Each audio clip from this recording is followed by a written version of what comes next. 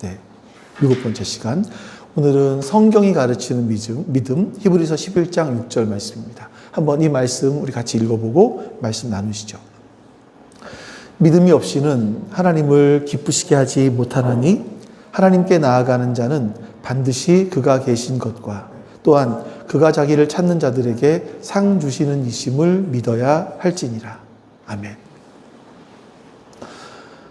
요즘에도 유행을 하는지 모르겠는데 얼마 전까지만 해도 서점에 가면 한참 유행했던 것들이 이제 뭐 끌어당김의 법칙, 뭐 긍정의 힘 이런 류의 책들이었었죠. 아마 한 번쯤은 들어보셨을 겁니다. 저도 설교 시간에 간혹 이런 것들도 있다라고 이제 하면서 여러분들께 말씀을 드리기도 했었죠. 그러니까 이런 거죠. 옛날에 한 대통령이 이야기도 했습니다만 간절히 바라면 우주가 돕는다 이런 거죠. 또 매일매일 거울을 바라보면 나는 할 수 있다, 너는 성공한다, 나는 부자가 된다 라고 외치면 그렇게 된다 라는 어떤 강렬한 신념이 현실을 만든다 이런 거였었습니다. 그 현대인들이 이런 아주 강한 신념 또는 믿음 아마 이런 것들을 이 믿음이라고 아마 신념이라고 생각을 하는 것 같아요. 내 안에 어떤 긍정적인 에너지를 뿜어내서 강력하고 긍정적인 에너지를 뿜어내서 내가 원하는 현실을 기어이 끌어당기겠다 하는 그런 거겠죠. 자, 그런데 여러분 이런 이야기들을 가만히 들어보면 이 세련된 현대인의 끌어당김의 법칙은 예전에 우리 할머니들이 하셨던 행동과 굉장히 좀 비슷한 부분들이 있습니다. 오래전에 우리 할머니들의 모습을 한번 떠올려 보실까요? 동트기 전에 캄캄한 새벽에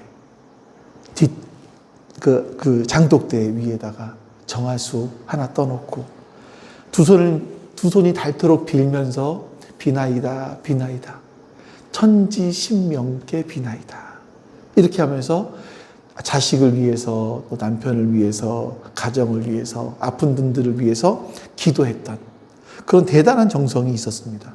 한겨울에도 찬물로 목욕제기를 했어야만 됐고요. 무릎이 닳도록 절을 해야만 했었죠. 자, 우리는 이런 모습들을 보면서 지성이면 감천이다 이런 걸 생각을 해요. 이런 말을 합니다. 내가 지극정성을 들여서 하늘을 감동시키면 하늘은 그 보답으로 내 소원을 들어주실 거야. 이런 생각인 거죠.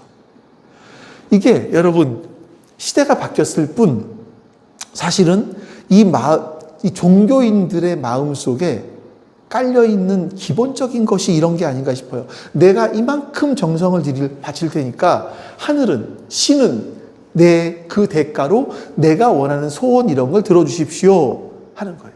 일종의 거래 같아요. 거래. 그러니까 세상이 말하는 신앙, 그러니까 세상에서 말하는 신앙, 믿음은 대부분 다 보면 기브 앤 테이크예요.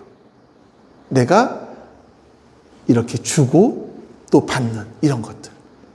근데 여러분 정말 죄송하고 가슴 아픈 말이지만 이게 오늘날 교회 안에 똑같은 방식으로 들어와 있어서 많은 사람들이 신앙생활을 할 때 이렇게 믿음을 이런 것이라고 생각을 하면서 신앙생활을 한다는 거죠. 그러니까 십자가는 달려있지만 내용은 똑같습니다.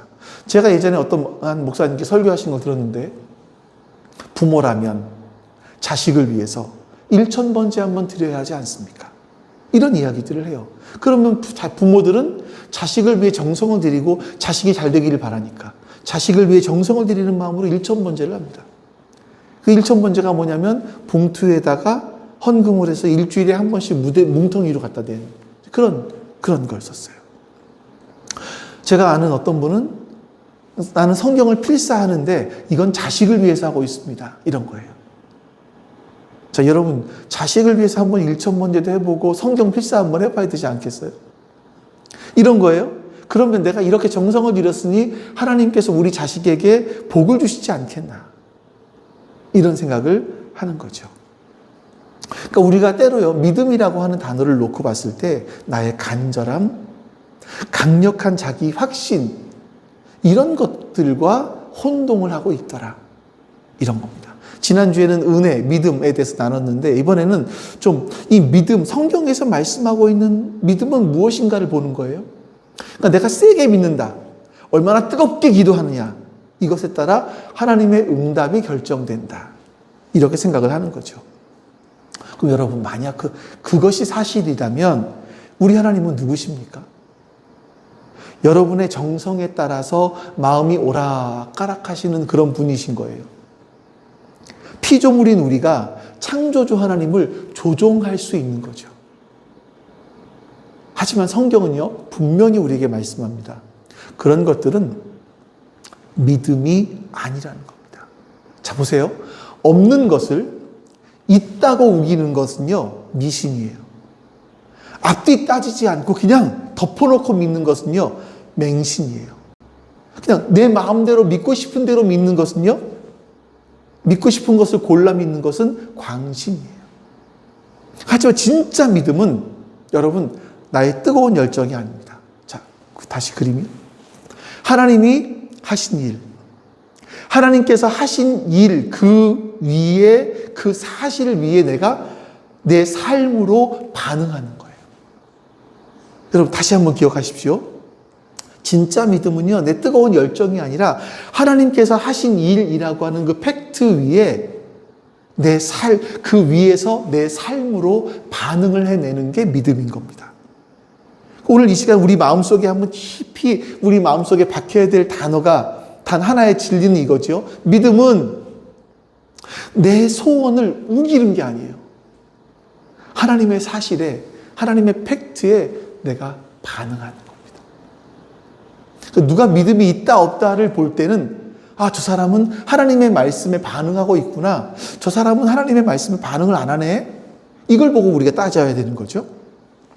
그래서 히브리서 11장 6절에 보시면 믿음이 무엇인지 아주 선명하게 우리에게 말씀하고 있어요. 우리가 너무나 익숙해서 믿음, 그러니까 세상의 믿음, 이것에 너무나 익숙한 그 단어였기 때문에 우리가 오늘 말씀 속에서 진짜 믿음이 무엇인지를 다시 한번 살펴보려고 합니다. 자, 다음 이거 보시면 여기서 이제 강조하고 있는 그 두 가지가 있죠. 오늘 두 가지를 볼 거예요. 믿음에 대해서. 다시 한번 읽어볼까요? 믿음이 없이는 하나님을 기쁘시게 하지 못하나니 하나님께 나아가는 자는 반드시 그가 계신 것과 또한 그가 자기를 찾는 자들에게 상 주시는 이심을 믿어야 할지니라. 아멘. 자, 믿음이 없이 하나님을 기쁘시게 못하는데 그럼 어떻게 기쁘시게 할 수 있느냐? 그 믿음이, 하나님을 기쁘시게 하는 믿음이 뭐냐? 두 가지라는 거예요. 첫 번째, 하나님이 계신 것. 또 두 번째, 하나님을 찾는 사람들에게 상을 주시는 것. 이 두 가지를 보려고 하는데, 자, 첫 번째, 먼저 하나님이 계시다는 것. 이것을 한번 같이 살펴보도록 하겠습니다. 하나님을 기쁘시게 하는 하나님의 하신 일에 대한 우리의 반응. 그 첫 번째가 뭐냐? 하나님이 계시다는 사실을 믿어야 한다. 그러면 우리가 이런 생각할 수 있죠. 아니, 이렇게 너무나 당연한 거 아닌가요? 우리가 이 명절날에도, 명절 앞에도 이렇게 교회 나와서 하나님 앞에 예배를 드리는 건 하나님이 계시다고 생각을 하니까 교회 나오는 거지. 하나님이 계시지 않다고 생각하면 안 나오지요. 여행이나 가지요. 이렇지 않겠습니까? 우리가 이제 사실 우리가 모두 하나님이 존재하신다라는 건 우리의 머리로는 동의를 해요. 머리로. 근데 성경이 말하는 믿는다라는 것은요, 단지 하나님은 저 우주 어디인가 계실 거야, 이렇게 막연하게 고개를 끄덕이는 정도를 말하는 것은 아닙니다. 자, 이 편지를 받아보았을 때의 초대교회 1세기 초대교회 성도들의 상황을 한번 이 그림을, 사진을 보시, 상상을 한번 해보십시오. 이들이 살던 로마의 황제는 신이었습니다. 길거리를 나가면요, 항상 그 앞에는 로마의 신전이 있었고, 로마의 신전 근처에 또 길거리에 활보하고 있는 로마의 군인들이 있었습니다. 그들은 창과 칼을 가지고 또 멋진 갑옷을 입고, 반짝이는 멋진 갑옷을 입고 군인들이 왔다 갔다 합니다. 그리고 그 군인들이 사람들에게 묻습니다. 가이사가 주님이십니다. 사람들이 반응을 해야 돼요. 맞습니다. 가이사가 주님이십니다. 이렇게 맞받아서 인사를 해야만 됐어요. 자, 이렇게 화려하고 강력한 로마 제국의 힘 앞에서 여러분, 예수를 믿는다라는 건 뭐겠습니까? 가이사가 주님이십니다 라고 얘기했을 때 아닙니다. 우리 예수께서 그리스도이십니다. 주님이십니다 라고 고백을 하면 이 사람들은 직장을 잃어요. 쫓겨납니다. 이웃들에게 따돌림을 당하고요. 재산을 몰수당했습니다. 때로는 감옥에 갇히기도 했고 심지어는요, 원형 경기장의 사자의 밥이 되기도 했습니다. 그래서 이렇게 되지 않기 위해서 동굴을 파고 동굴 속에 숨어 살았어요. 그러니까 눈에 보이는 현실은요, 로마 병사들의 시퍼런 창과 칼이었고요, 내 손에는 차가운 쇠사슬이 묶여 있는 거죠. 근데 하나님은 침묵하시는 것 같아요.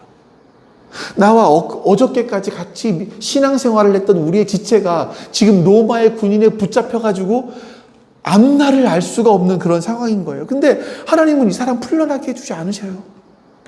하나님은 너무나 침묵하시는 것 같아요. 우리 너무 절박한데. 하나님은 우리를 도와주시는 것 같지가 않아요. 이런 절박한 상황에서 하나님이 살아계신다라고 고백하는 것은요, 단순하게 우리가 그냥 종교적으로 외치는 그런 정도의 외침이 아니었다라는 거죠. 이거는 하나님은 살아계십니다. 예수 그리스도가 우리의 주님이십니다라는 이 고백은요, 목숨을 건 반역과 같은 거였었습니다. 로마 황제에 대해서. 눈에 보이는 저 로마 황제가 아니라 지금 내 눈에 보이지 않지만 죽었다가 부활하신 하늘로 올라가신 그 예수 그리스도가 진짜 우리의 왕이십니다. 지금 내 현실은 로마 황제의 힘에 의해서 억압당하고 있지만 진짜 온 우주의 주인은 우리의 하나님이십니다. 이 고백인 거예요. 이건요, 세계관이 달라지는 겁니다. 세계관이. 눈에 보이는 현실이 아니라 눈에 보이지 않는 영원한 실체를 붙잡고 살겠습니다 라는 이 고백을 하는 거죠. 자, 그럼 여러분, 우리 어떻습니까? 우리의 삶을 한번 정직하게 뒤돌아볼까요? 우리는 입으로 너무 쉽게 하나님은 살아계십니다 라고 고백을 해요. 근데 예배당 문을 나서는 순간 정말 하나님이 살아계시는 것처럼 살아가고 있을까? 이 생각이 들어요. 제가 좀 부끄러운 고백을 하나 하겠습니다.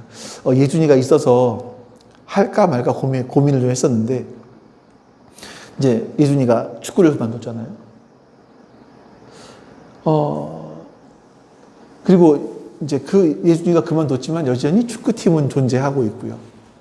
이번에 겨울에 2가지를 했어요. 하나는 동계 훈련, 하나는 동계 대회.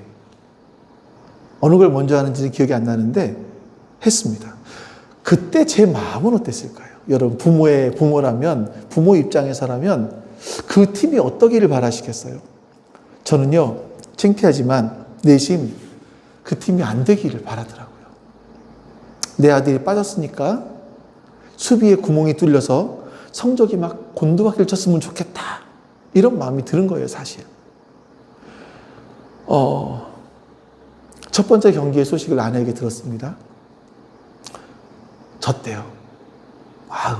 마음이 한쪽에서 통쾌해요.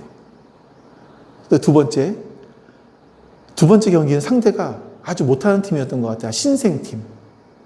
그래서 처음에는 무승부로 끝까지 가다가 마지막 종료 휘슬과 함께 한 골을 넣었다는 거예요.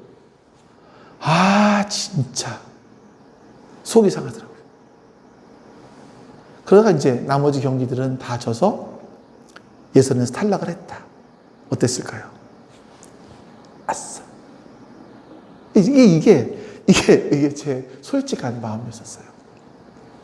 근데 여러분, 이제 이러고 나서 제 아내하고 저도 똑같은 마음이었고 제 아내도 똑같은 마음이었었어요. 나중에 서로 이렇게 얘기하면서 참 우리가 이 정도밖에 안 된다 라는 서로 이런 이야기를 했지만, 여러분, 제가 제 이 옹졸한 마음, 남의 실패를 즐거워하는 나의 표정, 이런 것들이 하나님이 나를 지켜보고 계셔라고 한다면 그럴 수 있었을까요? 하나님이 정말 나를 지켜보고 있다라는 사실을 그 순간 제가 믿고 있었을까? 하나님이 불꽃 같은 눈으로 나의 내면의 찌질함을 다 보고 계시다고 믿는다면 남의 아이들이 탈락하는 거, 그거 가슴 아파야 되는 거 아니에요, 사실. 근데 거기서 아싸! 이걸 외칠 수가 있었겠습니까? 이게 사실 여러분, 저만의 이야기겠어요? 사실 우리들의 이야기 아니겠습니까? 그러니까 신학자들은 이런 걸 가리켜서 실천적 무신론이라고 이야기를 하는 거예요. 겉으로는 성도입니다. 저는 목사이죠. 근데 아무도 안 보는 내 내면 속에서는요, 내 내면 깊은 곳에서는 때로는 하나님이 안 계신 것처럼 내 이기적인 욕망, 내 시기심, 이거 가지고 살아가는 거예요. 하나님께 교회에서는 하나님 찬양 받으시고 예배를 받으세요 하지만 내 자존심, 내 자식의 문제, 내 은밀한 감정선, 여기는 개입하지 마세요. 나 그냥 이건 내 마음 아니겠습니까? 이건 뭐 누구에게 손해를 끼치는 것도 아니고요. 제가 알아서 하겠습니다. 그러니까 우리가 은연중에 하나님을 주일용 하나님, 예배용 하나님으로 만들고 있는 것은 아닌가 하는 생각이 듭니다. 자, 히브리서 기자가 말하는 그가 계신 것을 믿는다라고 이 말은요, 이 하나님이 계시다라는 믿음은요, 내 일상에 가장 사소한 선택까지 지배하는 원리가 되어야 한다라는 뜻입니다. 아무리 아무도 없는 골방에 혼자 앉아서 그 혼자 있어도 하나님이 계시기에 내가 죄를 지을 수 없습니다. 성원아, 이렇게 하면 다음 페이지 넘겨주면 돼요. 네. 아무리 우리가 억울한 일을 당하고 답답한 일을 당해도 하나님이 보고 계시기 때문에 묵묵히 참아내는 것. 내 통장 잔고가 바닥이 났어요. 근데 두려워하지 않고 살아계신 하나님이 나를 먹이시고 입히시는 것을 믿기 때문에 두 발을 뻗고 잠을 잘 수 있는 것. 이런 게 진짜 믿음 아니겠습니까? 하나님이 계시다라는 그 사실, 그리고 내 삶 가운데 일하고 계시다라는 그 사실이에요. 이 사실에 내가 반응하는 겁니다. 그것은요, 내 삶의 주어가 이전까지는 나는, 내가, 이거에서 하나님으로 바뀌는 거예요. 그 삶의 주어. 하나님이 인생의 삶의 주어가 바뀌는 아주 역사적인 사건이 되는 겁니다. 하나님이 계시다고 믿는 것은요. 자, 두 번째, 이제 하나님을 기쁘시게 하는 하나님의 사실에 대한 하나님께서 일하신다는 이 사실에 대한 반응하는 믿음, 두 번째를 알아보도록 하죠. 자, 히브리서 기자는 우리가 하나님께 나아갈 때 그가 자기를 찾는 자들에게 상 주시는 분이시라는 걸 믿어야 된다라고 말해요. 상 주시는 분. 야, 이게 상 그러면 우리가 눈이 번쩍 뜨이잖아요. 본능적으로 상 주신다 그러면 뭐가 생각이 나냐면 상급 생각이야. 상급. 그래, 내가 이렇게 힘들게 주일도 지켰고 또 헌금도 했고 기도도 했고 큐티도 했고 하니 하나님께서 갚아주시겠지.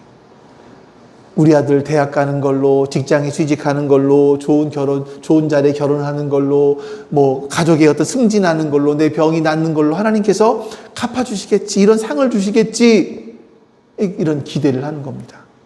여러분, 이렇게 기대하는 게 잘못된 것은 아닐 거예요. 인지상정이겠죠. 하지만 여러분, 냉정하게 성경을 들여다보면 만약 여기서 말하는 상이 우리가 생각하는 세상적인 성공, 뭐 합격, 부자, 건강 이런 것들이었다면 이 편지를 딱 받아서 읽고 있는 초대교회 성도들은요, 다 실패한 사람들이에요. 믿음에 있어서. 그들은 믿음을 지켰지만 사자의 밥이 됐고요. 믿음을 지켰지만 재산을 몰수당했고요. 믿음을 지켰지만 집을 뺏겨서 카타콤에 들어가 살았습니다. 하나님께서 약속을 어기신 겁니까? 아니면 그들의 믿음이 부족해서 상을 못 받은 겁니까? 그러니까 하나님께서 우리에게 주시고자 하는 최고의 상이 뭔지를 알아야 되죠. 초대교회 성도들이 목숨과 바꿀 만큼 귀하게 여겼던 그 상이 뭘까? 창세기 15장에서 굉장히 놀라운 말씀을 하세요. 우리 창세기 15장 1절부터 볼까요? 이후에 여호와의 말씀이 환상 중에 아브라함에게 임하여 이르시되 아브라함아 두려워하지 말라. 나는 내 방패요 너의 지극히 큰 상급이니라. 이거 개역 성경으로 바꿨습니다. 하나님은 내 아브라함아 내가 너에게 땅을 주겠다, 금을 주겠다 이런 말씀을 하시는 거 하시지 않습니다. 내가 바로 너의 상급이다. 이렇게 말씀하시는 거예요. 자, 이게 여러분 기독교 신앙의 가장 충격적인 진실이에요. 하나님이 주시는 가장 큰 상은 금도, 은도, 건강도 아닌 바로 하나님 자신이라는 거예요. 이 험한 세상 속에서 창조주 하나님이 내 아버지가 되어주신다라는 것, 그분이 내 손을 놓지 않고 영원히 동행해 주신다는 것, 성경은요 이것이 우리의 인생에 그보다 더할 수 없는 상 중의 상이라고 말씀하시는 거죠. 이게 우리의 상이라는 겁니다. 그래서 여러분 이 개념이 바로 서지 않으면요 우리의 신앙은 필연적으로 자기 확신, 맹신 이런 데로 빠지게 돼요. 자, 성경이 말하는 믿음이 진짜 무엇인지 아주 쉬운 예를 하나 들어드릴게요. 여러분 지금 머리가 막 깨질 듯이 아파요. 집에서 약통 서랍을 열어봤더니 소화제가 눈에 보여요. 주님, 제가 머리가 너무 아픈데 이 약을 먹으면 두통이 사라질 것으로 믿습니다 하고 먹었어요. 낫게 해주십시오. 먹었어요. 비장한 각오를 하고 물과 함께 소화제를 삼켰습니다. 어떨까요?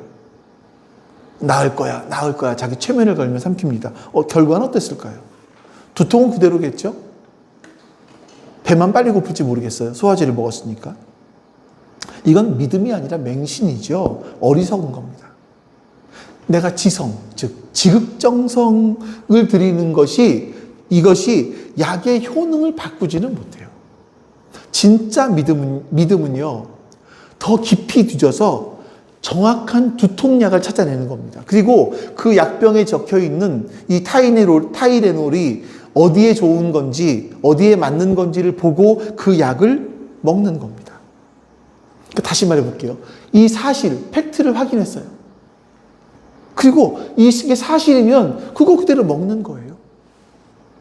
거기에 비장한 각오도 필요 없고요. 고래고래 소리 지르는 것도 필요 없습니다. 그런 열심 필요 없습니다. 그냥 약의 효능이 사실이구나. 먹는 거예요. 응답하는 거예요.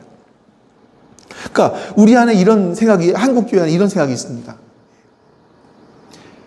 나의 강한 확신이 강한 응답을 가져온다라는 거예요. 강한 확신, 강한 응답. 자, 이 사진 보실까요? 자, 어떤 사람이요? 아주 믿음이 엄청납니다. 이 사람은, A라는 사람은요. 강을 건너는 거예요. 얼음이 온 강을 건너는 거예요. 이 사람은 이렇게 생각합니다. 이 얼음은 안 깨져. 절대 안 깨져. 안 깨진 걸 믿습니다. 하고 쿵쿵거리고 걸어가요. 하지만 아무리 그래도 얼음이 얇으면 빠져 죽습니다. 그 강한 믿음이 그 사람을 구원하지는 못해요. 반면에 어떤 사람은 의심이 아주 많습니다. 이거 깨지면 어떡하지? 하면서 벌벌 떨면서 네 발로 기어가요. 근데 그 밑에 얼음이 1m예요. 아무리 두려워해도 조심을 해도 이 얼음은 깨지지 않습니다. 자, 여러분 이게 무슨 말인지 아세요? 나의 믿음의 세기가 중요한 게 아니에요.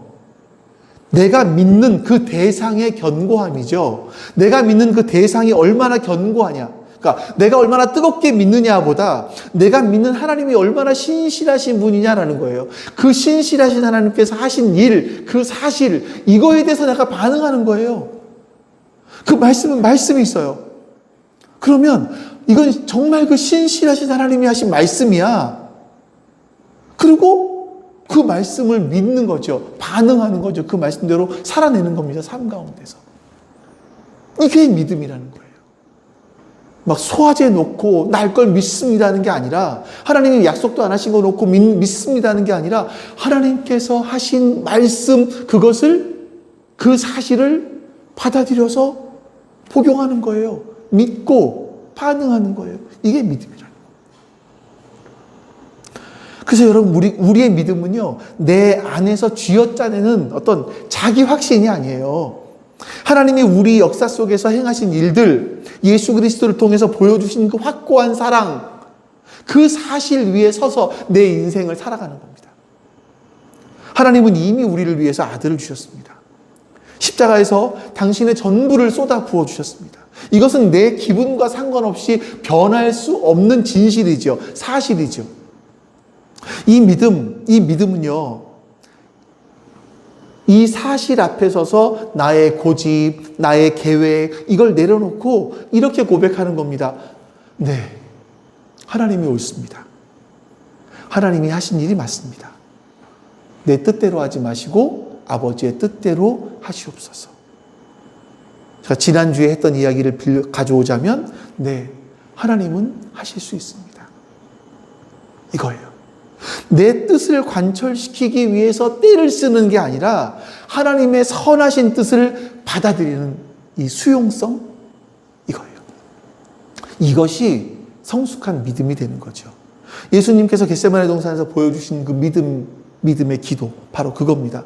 땀방울이 핏방울이 맺힐 때까지, 될 때까지 기도하시면서 그 기도의 결론이 뭐냐면, 내 소원대로 해주십시오가 아니라 아버지의 뜻대로 되길, 아버지의 원대로 되기를 원합니다. 이거였었습니다. 우리가 믿음으로 구해야 될 상은요, 나의 욕망, 내가 원하는 것이 성취되는 것이 아니라, 내 욕망이 아니라 하나님의 뜻이 내 안에서, 내 안으로 들어와서 정화되고 다듬어져서 마침내 내가 하나님의 뜻을, 하나님의 마음을 품은 자로 변화되어 가는 거예요. 하나님의 뜻이 내 마음으로 들어와서 나를 바꾸는 겁니다. 내가 변화되는 거죠. 이게 상급이에요. 이것보다 큰 상급은 없는 겁니다. 우리가 이제 앞에서 두통약 이야기를 나눴습니다. 두통약을 알고 먹는 것이 진짜 믿음이다. 이것이 사실인 걸 확인하고 복용하는 것이 진짜 믿음이다. 근데 여러분, 우리의 믿음, 인생살이가 참 때로는 묘합니다. 의사 되신 하나님이 우리가 원하는 우리가 머리가 아플 때 두통약을 주시는 것이 아니라 전혀 엉뚱해 보이는 약을 주시는 경우들이 있어요. 참 우리는 좋은 직장에 취직하기를 원해요. 우리 자식이 그렇게 되기를 원해요. 근데 하나님은 낙방이라는 걸 주시네요. 내가 정말 건강하기를 원했는데 하나님은 병원에 침상을 주세요. 내가 사업에 성공하기를 원했는데 하나님은 부도의 위기를 주시기도 하십니다. 왜 그럴까요? 바로 이때가요, 우리가 하나님의 말씀이 우리의 삶에 어떻게 믿음으로 잘 작동하고 있는지를 점검할 수 있는 어떤 그런 순간이라고 말씀드릴 수 있죠. 자, 기복주의에 물든 거래하는 신앙을 가진 사람들은요, 이럴 때 하나님께 분노합니다. 하나님, 내가 지금 드린 공이 얼마인데요? 내가 기도를 얼마나 했고 예배를 얼마나 했고 내가 이렇게 어려운데 하나님께 11조도 했는데 헌금도 했는데 하나님, 이러실 수 있습니까? 나한테 어떻게 이러실 수 있습니까? 이런 거죠. 그래서 이 사람들은 결국 일부는 실망해서 하나님을 떠나기도 하고요. 어떤 사람은 마음의 문을 걸어 닫고 그냥 냉소적인 종교인이 되고 맙니다. 하나님을 내 소원 성취의 도구로 생각했기 때문에 그래요. 그래서 도구가 고장이 나버렸으니까 버리는 거죠. 근데 성경, 하나님께서 하신 그 말씀, 그 사실, 팩트에 반응하는 믿음을 가진 사람들은 다릅니다. 이렇게 고백을 하는 거예요. 하나님, 저는 합격을 원했습니다. 하지만 하나님은 불합격을 허락하셨습니다. 제 마음으로 이걸 다 이해할 수 없지만 저를 저보다 더 사랑하신 하나님이 이 길을 허락하셨다면 여기에 제가 알지 못하는 더 크고 선한 뜻이 있다는 걸 믿습니다. 하나님은 실수하지 않으십니다. 저는 그걸 알고 있습니다. 이거예요. 자, 다니엘이 보여준 이 다니엘의 세 친구가 맹렬히 타는 불못불 앞에서 보여주었던 이 그리 아니하실지라도의 믿음. 제가 이 말씀을 좀 읽어볼게요. 불 속에 던져둬도 임금님, 우리를 지키시는 우리 하나님이 우리를 활활 타는 화덕 속에서 구해주시고 임금님의 손에서도 구해주실 것입니다. 비록 그렇게 되지 않더라도 우리는 임금님의 신들은 섬기지도 않고 임금님이 세우신 금신상에게 절을 하지도 않을 것입니다. 굽여 살펴 주십시오. 하나님이 나를 건져주시지 않으시고 나를 저 불 속에 타서 죽게 하신다 할지라도 하나님은 여전히 나의 왕이십니다. 하나님은 선하신 분이십니다. 라는 이 고백. 이게 여러분 진짜 믿음의 능력이죠. 자, 근데 여러분 우리가 한국교회 안에 있는 어떤 한국교회 강단에서 주로 많이 말하는 단어가 있습니다. 아멘이라는 단어죠. 어떤 분들은 아멘을 이제 목사들은 두 종류의 사람들이 부류인 것 같아요. 크게 나눠서 한 부류는 아멘을 많이 해주면 이렇게 더 피드백이 아니라 리액션이 좋아서 더 힘이 나는 사람들이 있는가 하면 아멘을 자꾸만 하면 집중을 못해요. 그래서 아멘을 하지 말라는 분도 있어요. 어떤 분들은 아멘을 유도하고 어떤 분들은 아멘을 좀 하지 말라고 하기도 해요. 자, 근데 어쨌든 우리 한국교회에서 아멘이라고 이야기할 때가 언제 주로 많이 합니까? 이제 부흥 강사들이 와서 주로 막 사람들에게 아멘을 유도할 때가 뭐냐면 하나님의 말씀대로 당신은 부자가 될 줄로 믿습니다. 그러면 아멘 이런단 말이죠. 병이 나을 줄로 믿습니다. 아멘 이런단 말이에요. 네. 근데 여러분 예수님께서 우리가 부르는 찬송 고린도 후서 6장에 있는 말씀처럼 믿는 사람들은 이런 삶을 살아간다. 세상에서 유명하지도 않고 이름도 없고 가난하지만 이런 말씀들 들으시면 여러분 속으로 아멘 하십니까? 아멘 잘 안 나오거든요. 예수님을 위해 손해보셔야 됩니다. 예수님을 위해 고난에 동참하셔야 됩니다. 아멘이 안 나오거든요. 그러니까 지금 사람들은 마치 아멘이라는 것을 내 소원이 이루어질지어다 이런 정도로 생각을 하는지 모르겠어요. 근데 아멘이라는 뜻이 뭐냐면 진실로 그렇습니다. 이런 뜻이에요. 하나님의 말씀은 진실로 그렇습니다. 이게 사실입니다. 확실합니다. 이런 뜻이에요. 그러니까 여러분 우리는요. 우리가 잘 될 것이다. 라는 말씀이나 우리가 하나님의 말씀을 어겼을 때 이렇게 될 것이다 라고 하는 말씀이나 사실은 다 아멘이어야 돼요. 왜냐하면 하나님의 말씀이기 때문에 진실로 그렇습니다. 하나님 당신의 말씀이 옳습니다. 나의 생각과 달라도 하나님의 생각이 진리입니다. 하나님이 하신 일 또 하실 일 여기에 전적으로 동의합니다. 이런 전인격적인 항복 선언을 하는 거죠. 내 뜻을 하나님께 관철시키겠다라는 고집이 아니라 내 뜻을 꺾고 하나님의 뜻에 내 인생을 튜닝해 나가는 거예요. 자, 이제 우리 좀 말씀을 맺어보겠습니다. 자, 오늘 우리는 믿음이라는 굉장히 익숙한 단어, 사회에서 너무나 많이 쓰고 있는 이런 단어, 이런 것들을 좀 벗어버리고 원래의 뜻을 살펴봤습니다. 믿음이 없는 것을 있다고 우기는 건 미신이죠. 덮어놓고 믿는 것은 맹신이고요. 내 욕망을 투사하는 건 광신입니다. 믿음은요. 그리고 믿음은 거래하는 게 아니에요. 믿음은 하나님께서 하신 일에 대한 우리의 정직한 반응이에요. 여러분 기억하십시오. 제가 지난주부터 계속 강조하는 게 그겁니다. 믿음은요, 반응이에요. 믿음은 반응입니다. 하나님께서 하신 일, 그 사실에 대한 반응. 우리는 믿음을 통해서 하나님을 조종할 수 없습니다. 대신 믿음을 통해서 내가 하나님의 은혜를 이게 은혜구나 라고 아는 사람으로 변해가는 겁니다. 믿음을 통해서. 여러분이 기도의 자리에 나아갈 때 처음에는 내 급한 소원을 하나님께 아뢰 수 있습니다. 하나님, 이것 좀 해결해 주세요라고 기도할 수 있습니다.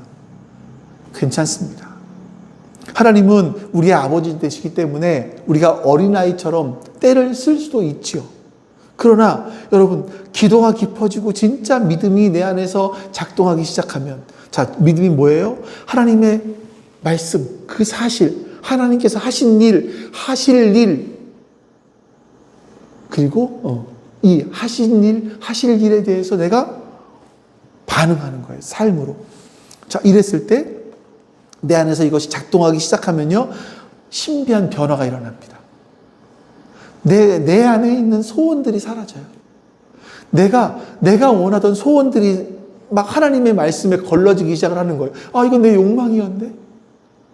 이건 내가 너무 세상적으로 바라던 것들이네? 걸러지기 시작해요. 그리고 내가 두려움으로 기도했던, 걱정으로 기도했던 것들이 평안으로 바뀌기 시작을 하고요.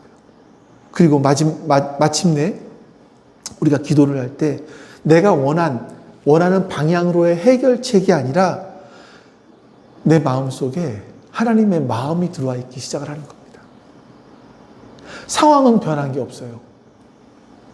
근데 이상하게 내 마음에는요, 세상을 이길 수 있는 담대함이 생깁니다. 하나님이 나와 함께 하신다는 사실, 그리고 하나님께서 나를 가장 선한 길로 인도하실 것이라는 그 사실이 믿어지기 때문이죠. 여러분, 하나님은 우리에게 상 주시길 원하세요. 그 상은 썩어 없어질 세상의 성공이 아니라 바로 하나님 자신이라고 성경은 말씀합니다. 하나님은 우리에게 그 상을 주셨습니다. 자, 이제 이번 한 주간 동안 우리가 가족들을 만날 거 아니에요? 이렇게 이런 모습으로 저런 모습으로 가족들과 만나서 여러 가지 이야기를 할 겁니다. 근데 또 모르겠어요. 가족들과 만나서 어떤 상황이 벌어질지 마냥 좋지만 않을 수도 있지 않습니까? 그때 머리가 아픈데 소화제를 먹으면서 나을 줄 믿습니다 라고 외치지 마시고요. 그냥 하나님이 처방해 주신 현실의 약을 받아들이는 겁니다. 그리고 십자가를 바라보십시오. 아들을 아끼지 않고 우리에게 내어주신 그 하나님의 사랑을 기억하시는 겁니다. 그리고 그 사랑이 사실이라면 지금 내가 겪고 있는 이 상황, 또 어떤 상황 속에서 내가 기다려야 되는 부분들, 이런 모든 것들이 합력하여 선을 이루어가겠구나. 내가 하나님의 말씀에 반응해서 이 상황들을 참고 견디다 보면 하나님께서 나를 또 귀한 상으로, 나를 변화시키는 귀한 상으로 주시겠구나. 하나님 자신을 주시겠구나. 이거죠. 하나님이 이 세 단어 기억하십시오. 세 문장. 하나님이 하셨습니다. 하나님이 하고 계십니다. 하나님이 반드시 이루실 것입니다. 하나님이 하셨고, 하나님이 하고 계시고, 하나님이 하실 거예요.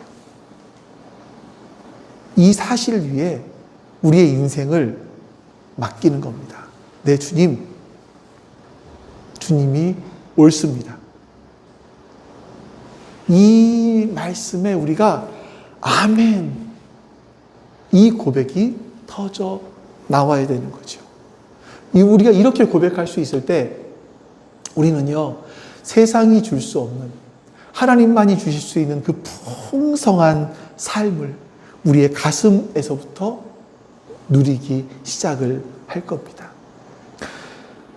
하나님, 우리는 세상 사람들이 걸어가는 그 넓은 길을 가기 원합니다. 사람들이 나를 크다고 말해주기를 원합니다. 내가 우뚝 솟은 높은 산이 되어서 사람들이 우리를 우러러 보기를 원합니다. 주변의 사람들이 나의 걸어가는 길을 비추어 주어서 내가 정말 좋은 길을 걸어가길 원합니다. 그런데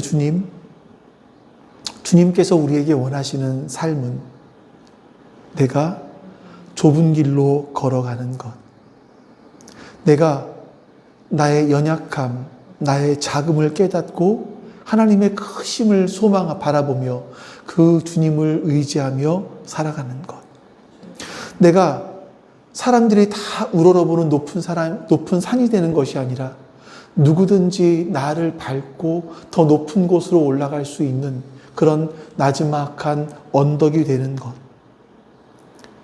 그리고 내가 먼저 걸어간 그 걸음들을 통해서 누군가에게 길을 제시해 주는 사람이 되는 것. 하나님, 이것이 바로 하나님께서 우리에게 원하시는 그런 삶인 것 같습니다.